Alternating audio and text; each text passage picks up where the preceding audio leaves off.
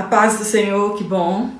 Hoje nós já estamos na lição de número 10. Estamos quase encerrando esse trimestre, esse primeiro trimestre de 2022 e confesso que tenho aprendido bastante e espero que você também tenha aprendido muito a respeito da palavra de Deus. E o principal é não sermos ouvintes esquecidos, mas colocarmos a palavra de Deus em prática em nossas vidas. Quero agradecer o carinho de todos vocês, você que está aqui semanalmente em minhas aulas no meu canal, tem compartilhado, tem curtido, tem comentado em minhas aulas. Já quero agradecer o carinho de todos vocês. E hoje nós vamos falar a respeito dos profetas, tanto os profetas maiores quanto os profetas menores. Quais foram as suas mensagens? Será que existiam profetas antes do contexto bíblico? É isso que nós vamos aprender hoje. Então fica comigo até o final desta aula e juntos nós vamos aprender bastante. Hoje na lição de número 10 nós vamos falar sobre as profecias despertam e trazem esperança. Os textos que foram tomados por base estão em Jeremias no capítulo 1, do verso 4 ao 10, Joel capítulo 1, do versículo 1 a 3 e também Apocalipse no capítulo 1, do versículo 1 a 3. A pergunta que fica é: será que toda profecia que é falada fora da Bíblia Sagrada são profecias falsas? Será que as profecias elas existem e existiram apenas a partir do contexto histórico bíblico?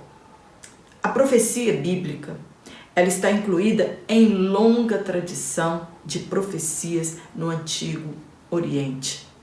Profecia não era algo estranho para as pessoas, nações vizinhas à nação de Israel. Quando a Bíblia menciona Balaão como profeta e aqueles profetas que eram sustentados por Acabe e Jezabel, as pessoas já tinham conhecimento do que era um profeta, do que era um adivinho. Ela esclarece a narrativa para nós que sim, já existiam profetas antes do contexto bíblico. Já existiam profetas anteriormente, tanto falsos quanto verdadeiros. Existiam aqueles que eram usados por Deus e aqueles que não eram, eram usados pelos demônios, que habitavam dentro daqueles deuses das nações ímpias. A profecia, ela era uma forma de adivinhação praticada pelos israelitas de forma legítima. Não era uma adivinhação que exigia conhecimento de livros especializados ou uso de rituais mágicos, mas era o resultado. É o resultado da comunicação direta com Deus. Para se falar com Deus, ou para que Deus fale com um dos seus profetas, ou para aquela pessoa que ela tem um dom de profecia, ela não precisa entrar em êxtase, jogar carta, ritual, nada disso. Depende apenas da disposição de Deus em falar conosco e usar o seu profeta, que é o canal, o meio em que Deus fala com a sua igreja. Na Bíblia nós temos alguns profetas citados antes mesmo do ministério profético, a partir do profeta Samuel. O profeta Samuel, ele foi um divisor de águas, é quando nós chamamos que começou o profetismo em Israel.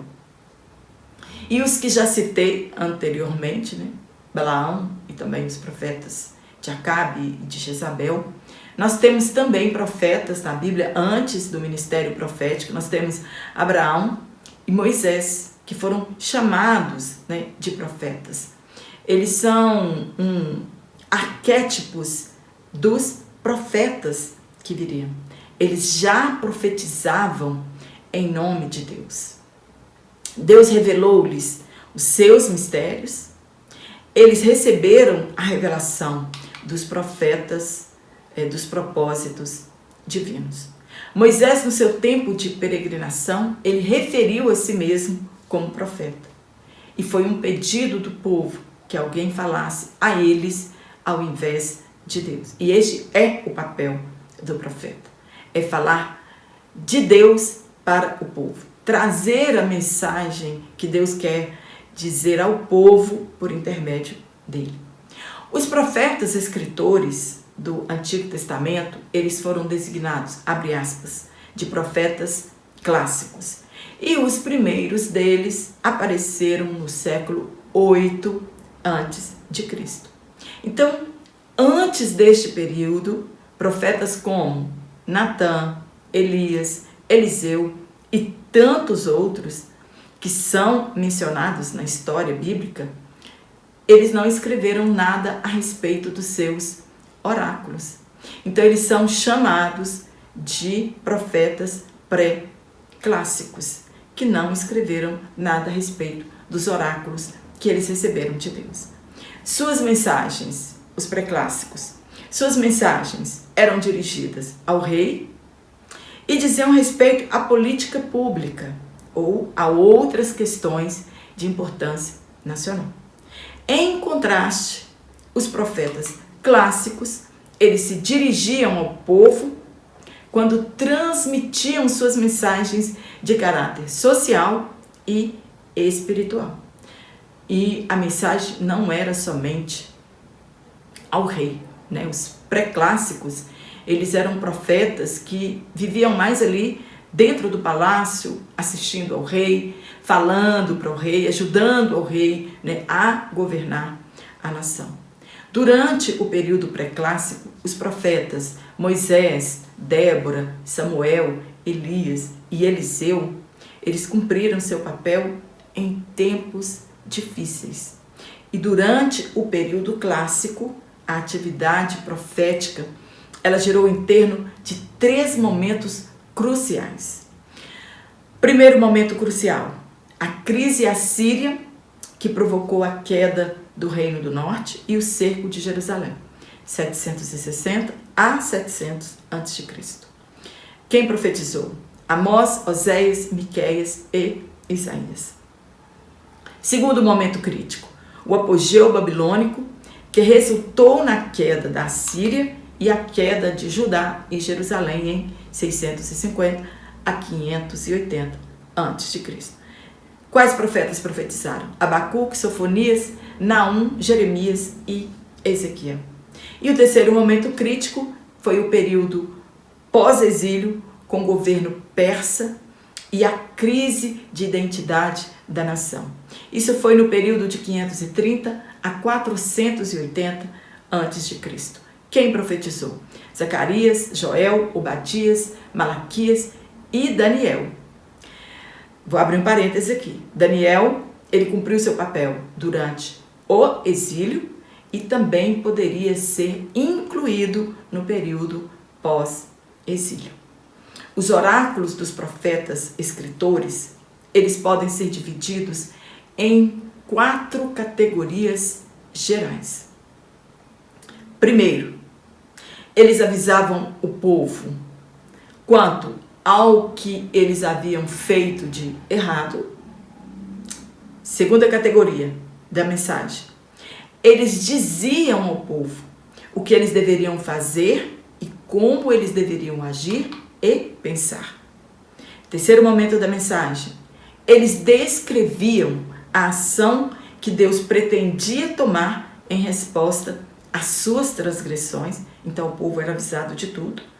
E quarto momento, quarta categoria da sua mensagem é: eles informavam os planos de Deus futuros após a vinda do juízo.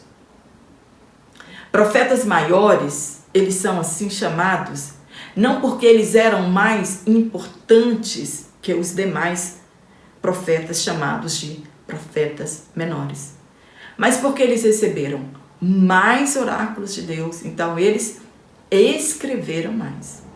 Não adianta escrever muito e este muito não ser o que Deus mandou falar. Eles foram fiéis ao que receberam e isso bastava para eles. Hoje nós vemos a preocupação de alguns preletores. O Espírito Santo dá ele uma mensagem de 10 minutos, mas ele tem que ocupar o tempo, o relógio de 1 hora. Então ele já começa a falar dele e não mais do Espírito Santo. E esses profetas menores, eles nos ensinam bastante, que é melhor nós falarmos um pouco, que Deus nos mandou falar, do que falarmos muito o que Deus não nos mandou falar. As profecias, elas expressam a soberana vontade de Deus. Então, as profecias expressam a soberania de Deus, a vontade de Deus, e elas servem para nos alertar e produzir em nós esperança e confiança nas promessas divinas, né? Isso é o que diz a nossa verdade prática. Então, as profecias, elas nos trazem esperança. Quando nós olhamos para todas aquelas que já se cumpriram da parte de Deus. Então, pare de correr atrás de profetas, como se ele fosse um cartomante, um adivinho, buscando respostas de problemas que talvez você mesmo causou. Aqueles que têm mensagens prontas, que falam somente aquilo que nós queremos ouvir, nós devemos fugir destas pessoas. Profetas que massageiam o nosso ego e aprovam o nosso egoísmo e a nossa avareza. São esse tipo de profetas que a maioria das pessoas querem nos púlpitos das igrejas. Não existe nova revelação, nova profecia. O Espírito Santo, ele pode iluminar o profeta acerca de uma profecia já escrita. No passado, Deus falou muitas vezes e de muitas maneiras, em visões, sonhos, símbolos, né, por intermédio de eventos e pela boca dos profetas. E essas mensagens dos profetas, elas apontavam para Jesus Cristo. E ele fala por intermédio de Jesus Cristo hoje, a revelação máxima de Deus. Então, no passado ele falou por intermédio dos profetas, mas hoje, a maior revelação de Deus, ele fala conosco por intermédio de Jesus Cristo. No Antigo Testamento, no Novo Testamento, apenas o livro de Apocalipse é classificado como profético. No tópico 1, nós vamos falar sobre os profetas maiores. Quais são os profetas maiores? Isaías, Jeremias, com 2 livros, Ezequiel e Daniel. No primeiro ponto, os profetas e as profecias. Há uma diferença entre sacerdote e profeta. O sacerdote, ele leva as petições do povo a Deus, enquanto que o profeta, ele fala as mensagens divinas ao povo. E é um ofício muito mais pesado que o ofício do sacerdócio. Estes seguem regras, enquanto o profeta não sabe qual a mensagem ele receberá de Deus e como o povo reagirá a esta mensagem. Por isso, hoje, muitos preferem falar, não o que Deus manda, mas o que agrada ao povo, para obter simpatia de tais pessoas e ter uma vida quieta, o que difere dos profetas do passado. Muitos não quiseram exercer a sua chamada, mas foram constrangidos pela vocação. O que eles falavam?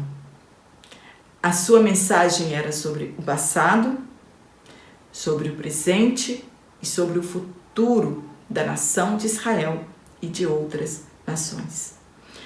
O profeta Isaías, aparentemente, ele era de família rica, pois ele tinha acesso a muitos reis judeus, né? Na verdade, ele tinha uma vida palaciana. Ele era casado com uma profetisa e pai de pelo menos 2 filhos. Ele iniciou, né, o seu ministério profético no fim do reinado do rei Uzias. Conforme a tradição judaica, ele foi cerrado ao meio, lembrando que não há registro na Bíblia acerca da morte dele com este método de execução. O que a Bíblia diz é que Manassés mandou matar o profeta Isaías. Mas na galeria dos heróis da fé, lá cita esse tipo de morte aos cristãos. Alguns foram cerrados ao meio. Em sua mensagem, ele condenou os pecados pessoais do povo e os pecados nacionais dos líderes. O que se diz dele é que ele foi muito mais do que um profeta. Ele foi um evangelista, pois ele anunciou as boas novas de salvação e apresentou Jesus Cristo à nação de Israel. Ele escreveu sobre o nascimento de Jesus, ele escreveu sobre o ministério de João Batista, a rejeição do Messias pelos da sua nação, a unção de Cristo pelo Espírito Santo, sua morte, sua ressurreição e a sua volta para governar Israel como rei. O profeta Jeremias, ele tinha cerca de 20 anos quando ele começou seu ministério profético. Hesitou muito antes em aceitar esta chamada. Ele era filho de Ilquias, o sacerdote, então ele era de linhagem sacerdotal. Profetizou no tempo do rei Josias e, por fim, no reinado de Zedequias, quando a nação foi deportada. Sua mensagem não era suave, era uma mensagem de juízo, de tal maneira que o povo o rejeitou. É isso que os profetas da atualidade não querem, ser rejeitado pelas pessoas. A nação, ela não queria ouvir a verdade. Estavam desafiando a Deus e, portanto, eles seriam julgados. Ele anunciou o cativeiro por 70 anos, a restauração e também uma mensagem de esperança, falando sobre a nova aliança. No livro dele, em Lamentações, nós encontramos uma coletânea de 5 lamentações fúnebres. Um memorial à queda de Jerusalém em 586 a.C., o profeta chorou quando observou o templo e a cidade sendo destruídos, as pessoas mortas e os prisioneiros levados ao cativeiro babilônico. Por 40 anos ele advertiu sobre o juízo, mas não atentaram para isso e experimentaram a ira de Deus. Jeremias, ele revela o sofrimento de Deus por tudo isso. Deus sofreu por tudo aquilo que a nação estava sofrendo em decorrência do seu pecado.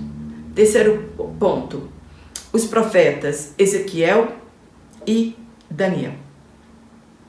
Eles profetizaram na Babilônia, todos os dois foram levados cativos na primeira e na segunda deportação. Daniel foi na primeira deportação.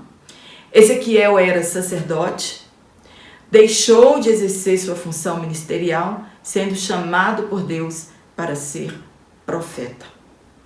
Falaria a um povo rebelde, de cerviz dura, deveria falar mesmo se eles não quisessem ouvir, porque eles deveriam saber que teve um profeta no meio deles.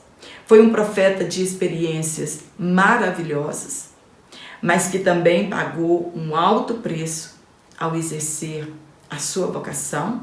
Uma delas foi a perda da sua esposa.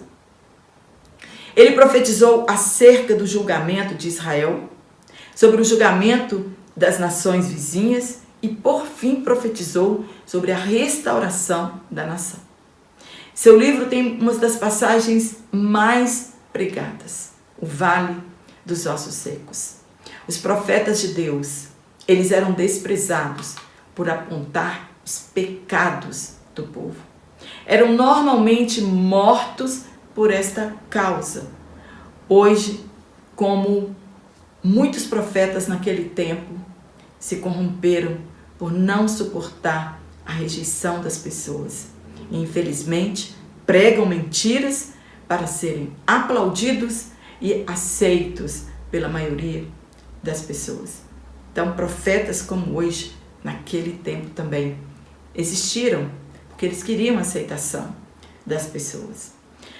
Daniel, um jovem príncipe deportado, na primeira leva para a Babilônia, chamado para profetizar a um povo cativo, o último dos profetas maiores, foi um dos maiores nomes da história judaica.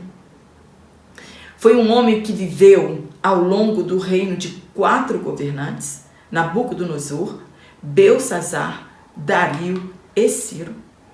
Foi levado ao palácio para servir, ao rei da Babilônia. E Ezequiel, ele ficou com os deportados, a princípio junto do rio Quebar, teve visões maravilhosas. Teve a triste visão da glória de Deus saindo do templo de Jerusalém e a visão da restauração da nação. Porém, esta restauração requeria arrependimento. E ele prenunciou Jesus Cristo como pastor e rei. Daniel, ele interpretou o sonho do rei Nabucodonosor quando Deus revelou todos os governos da terra até a chegada do anticristo e o governo eterno de Jesus. Também foi ele que interpretou a profecia de Jeremias e entendeu que o cativeiro tinha chegado ao fim, clamou por misericórdia e Deus lhe revelou a restauração da nação, o advento do anticristo e o julgamento final. Estas profecias, elas despertam a esperança de reconciliação com Deus. Daniel, ele ocupou cargos importantíssimos na Babilônia. Ele revelou Deus como dono da história, revelou a ascensão dos gentios desde a Babilônia até o governo do anticristo. Sem o livro de Apocalipse, fica difícil o entendimento do livro de Daniel. Ele nos ensina que devemos orar em todos os tempos, mesmo que seja a última coisa das nossas vidas a fazer. Viveu a tragédia mais conhecida no mundo, quando ele foi jogado na cova dos leões e Deus lhe deu livramento. Foi ele que entendeu que já havia chegado o fim do cativeiro pelas profecias de Jeremias. As profecias acerca da vinda do Messias, o advento do anticristo e o julgamento final, todas elas trazem esperança de reconciliação com Deus. No tópico 2, nós vamos falar sobre os profetas menores. Nós já sabemos que eles são chamados assim não pelo grau de importância, mas por escreverem pouco. Por isso que eles são chamados de profetas menores. E eles são 12. Gente, como é difícil gravar o nome dos 12 na ordem em que eles estão descritos na Bíblia. Então eles são 12. Oséias, Joel, Amós, Obadias, Jonas, Miqueias, Naum, Abacuque, Sofonias, Ageu, Zacarias e Malaquias. Primeiro, os profetas do reino do norte. É claro que houve outros profetas que profetizaram para este reino, mas aqui o foco são os profetas menores. O reino do norte foi o primeiro a ir para o cativeiro em 722 a.C. pela Assíria. Oséias relata a apostasia de Israel, a disciplina que viria da Assíria e a sua futura purificação. De todas as coisas estranhas que os profetas viveram, humilhações que eles passaram, serviram de escárnio para os seus compatriotas, pior de todos eles foi Oséias, que viveu e pregou um sermão prático, casando-se com uma prostituta representando o adultério de Israel. O que o povo fizera com Deus, e hoje muitos estão do mesmo jeito, prostituindo-se com o mundo e flertando com o pecado. Este livro nos traz lições espirituais importantes sobre Deus. A nossa infidelidade, ela também será punida. E a sua mensagem, ele concentra-se em 3 pecados: idolatria, ingratidão e a hipocrisia do povo. Amós, quando ele foi chamado para profetizar, ele foi tirado de trás de uma boiada e ele cultivava sicômoros. Nesta época, os 2 reinos, Judá e Israel, desfrutavam de prosperidade e de segurança. O luxo era ostentado por todos os lados e a religião amplamente difundida. mas os pecados das duas nações estavam corroendo, né, o caráter moral e religioso do povo de Deus. Ganhar dinheiro para eles, e hoje também, era muito mais importante do que adorar a Deus. E não há muita diferença em relação à igreja de hoje. O sistema judiciário era corrupto e a injustiça era crescente. Esta era a situação do Reino do Norte e também do Reino do Sul. No ponto 2, os profetas pré-exílio, quer dizer, antes deles serem levados cativos. São 4 profetas que profetizaram o cativeiro de Judá, né? O Reino do Sul, chamado de pré-exílio, foi Joel, Miqueias, Abacuque e Sofonias. Joel tem uma das profecias mais maravilhosas da Bíblia, o derramamento do Espírito Santo e o seu cumprimento no Novo Testamento, em Atos dos Apóstolos. A mensagem de Oséias, ele viveu a partir de um drama pessoal, enquanto que a mensagem de Joel, ela cresce da calamidade nacional. Um teve uma vida de prática e o outro assistiu a uma calamidade nacional. A invasão da praga de gafanhotos com uma praga terrível chamada seca. E a combinação destes 2 eventos trouxe calamidades à terra. E ele viu nestas calamidades a mão disciplinadora de Deus devido aos pecados do povo. A mensagem, ela é atual, pois as calamidades, elas vêm quando o povo não quer arrepender-se dos seus pecados. Então vem guerras, escassez, né, de alimentos, de víveres. Tudo isso Deus usa para que o povo caia de joelhos e arrependa dos seus pecados. Miqueias, ele denunciou a falsa espiritualidade. Ele foi contemporâneo do profeta Isaías. Pregou sobre o pecado da idolatria, da cobiça e alertava o povo que o julgamento de Deus estava próximo. Mas que também depois desse juízo viria a libertação. Foi a profecia de Miqueias que levou os magos até Jesus. Abacuque, encontramos um dos cânticos mais maravilhosos de fidelidade a Deus em seu livro. Ele viveu em um tempo de injustiça social, opressão dos governantes e ainda a iminência da invasão da Babilônia. E eles seriam instrumentos de juízos para a nação. Deus iria usar Babilônia para castigar a nação de Israel. Sofonias, ele apontou os pecados dos príncipes, a destruição no grande dia do Senhor e a restauração do remanescente. Ele era tetraneto do rei Ezequias, um dos governantes mais famosos de Judá. Ele pregou durante o reinado do jovem Josias. Parecia que tudo estava indo tão bem, vivendo uma grande reforma religiosa, porém o coração do povo não voltara a Deus. Ele viveu além da superfície, né? O povo destruíra as imagens de esculturas, porém não tiraram os ídolos do coração. E as suas profecias nos ensinam que devemos ter cuidado com o movimento religioso sem o verdadeiro retorno à palavra de Deus.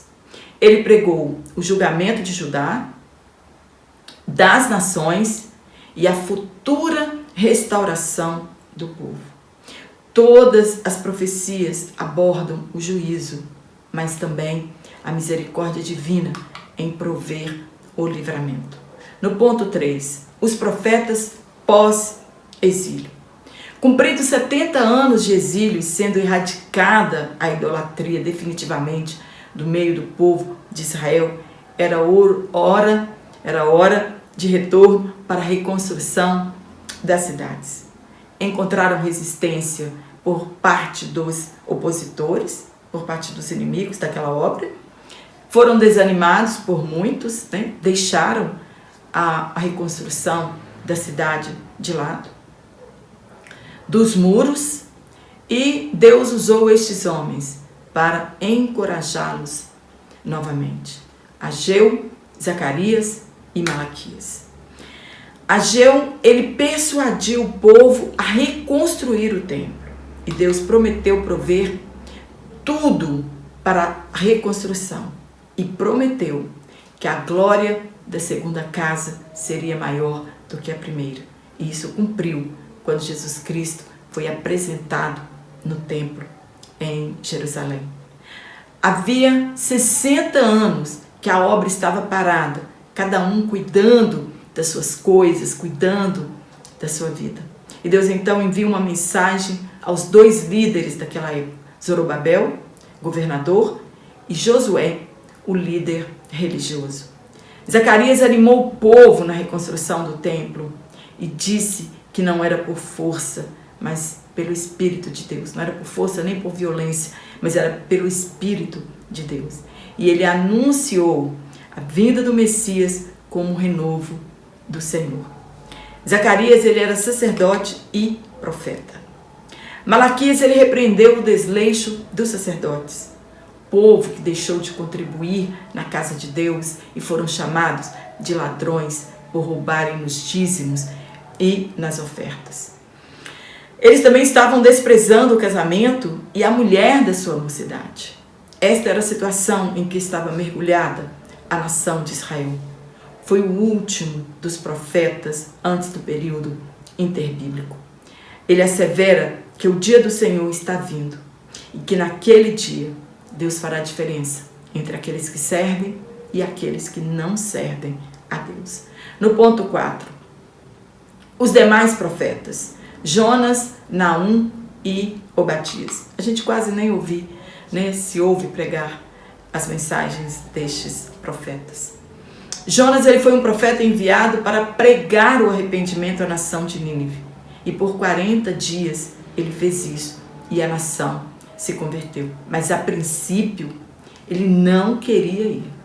Teve de ser engolido por um grande peixe, causar prejuízo aos navegantes e somente depois disso ele obedeceu à ordem de Deus. Os ninivitas apregoaram um jejum, desde o rei até os animais. Deus aceitou o arrependimento do povo e Jonas se entristeceu por isso. Entretanto, 150 anos depois, Naum apregoa a destruição dos ninivitas devido aos seus pecados. Obadias denunciou a soberba dos edomitas, eram descendentes de Esaú e praticaram violência contra Judá, por isso seriam destruídos e Judá, então, restaurada. No tópico 3, nós vamos falar sobre o livro de Apocalipse, o único livro profético do Novo Testamento. Apocalipse significa revelação. Foram as revelações que Deus fez a Jesus Cristo e que ele revelou a seu servo João na ilha de Patmos. Os destinatários desta carta são as 7 igrejas da província da Ásia. Elas ficavam localizadas cerca de 80 quilômetros de distância uma da outra em sentido horário, partindo de Éfeso e completando o círculo em Laodiceia, que hoje atualmente é a região da Turquia ocidental.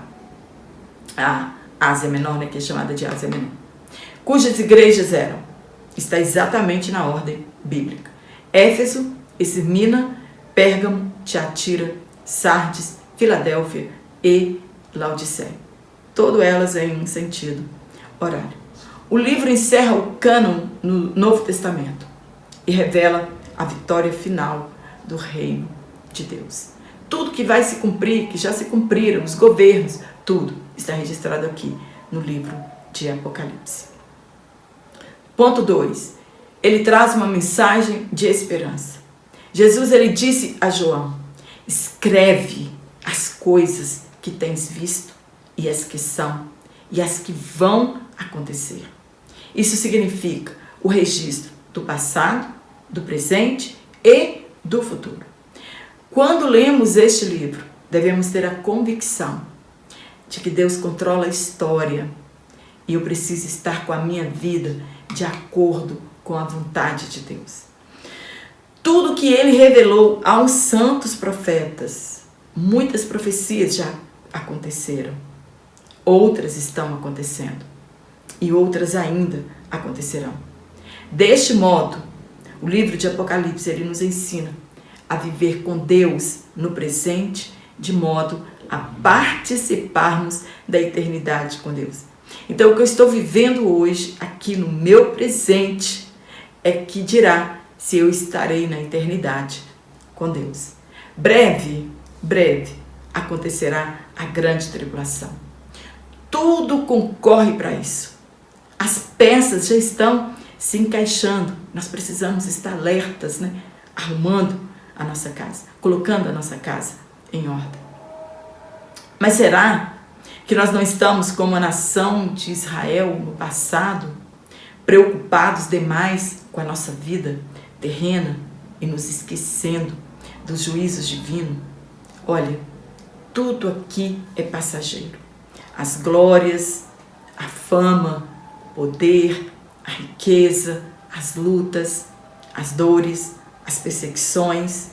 Nós precisamos ter em mente, guardar no nosso coração, que essas coisas vão passar, mas que a palavra de Deus ela permanece para sempre. E estas promessas, elas nos trazem esperança. Satanás será derrotado, está registrado na Bíblia. O pecado será banido. E os que vencerem herdarão a vida eterna e a nova Jerusalém. Por isso nós somos encorajados a clamar: ora vem, Senhor Jesus. Será que nós estamos prontos para fazer este clamor? Amém? Espero ter te ajudado com este comentário. Muita coisa para se falar em apenas uma aula, mas eu espero que você tenha uma ótima aula e que esse subsídio possa agregar também na sua aula. Se você quiser adquirir, né, este comentário em PDF, eu vou deixar aqui uma tag, como você faz para adquirir este comentário, como você entra em contato comigo, e você então possa adquirir este único comentário em PDF. E eu quero mandar um abraço para os irmãos. Eu prometi que toda semana, né, semanalmente, eu vou mandar um abraço para aqueles irmãos que já me pediram lá muito tempo atrás, mas eu estava muito corrida com o final de ano, Natal, né? A gente que trabalha fica muito apertado com essas coisas, mas eu não me esqueci de nenhum destes pedidos. Então, em cada aula minha semanal, eu quero mandar um abraço para cada um de vocês que me pediram. E quero mandar um abraço especial para você que falou de onde você é. Que Deus continue te abençoando, né? Você que tem comentado aqui em minhas aulas. É isso que faz com que o meu canal chegue ao alcance de outras pessoas. E eu quero mandar um abraço aqui para nossa irmã Sueli, seu esposo, pastor Paulo Gonçalves, em Alvorada. Também irmã Maria Mercedes, em Tucuruí. Rosângela, em Maceió. E seu esposo Silvio e sua filha Samila. Josivânia Mendes, na AD, em Olinda. Misael Xavier, na AD Plenitude, no Pará. Maria Emília Soares, um abraço, obrigada pelo carinho. A nossa irmã Valdeci da Silva, em Itajuípe, Bahia. Abraço para todos vocês. E quero dizer que nos meus comentários, muitas pessoas, elas pedem oração, outras querem entrosar com os comentários, né, com os irmãos, porque afinal de contas nós somos um único corpo. Então muita gente aqui manda paz do Senhor para todos os que são inscritos no meu canal, manda um abraço para todos, né? Então aqui também é um lugar de você interagir uns com os outros aqui nos comentários. Eu respondo pessoalmente a cada comentário, né? E eu quero agradecer aqui o carinho de todos vocês. E eu quero te avisar que as minhas próximas aulas, eu vou tirar férias, gente. Eu vou tirar um período de férias. E assim, não vou poder ficar ausente porque eu me comprometi com os irmãos, com os PDFs, né, trimestral. Então, eu não posso deixar nenhum de vocês na mão. Mas acredito que as minhas aulas, a partir desta aula, elas serão somente em áudio. Eu sei que muita gente não gosta, né? Mas vai treinando aí que as próximas aulas minhas talvez serão apenas em áudio, porque eu vou tirar uns dias de folga, né? Porque todo mundo precisa descansar, mas eu não vou deixar ninguém na mão, se Deus assim nos permitir. Então, um forte abraço a todos vocês e eu te espero aqui na próxima aula.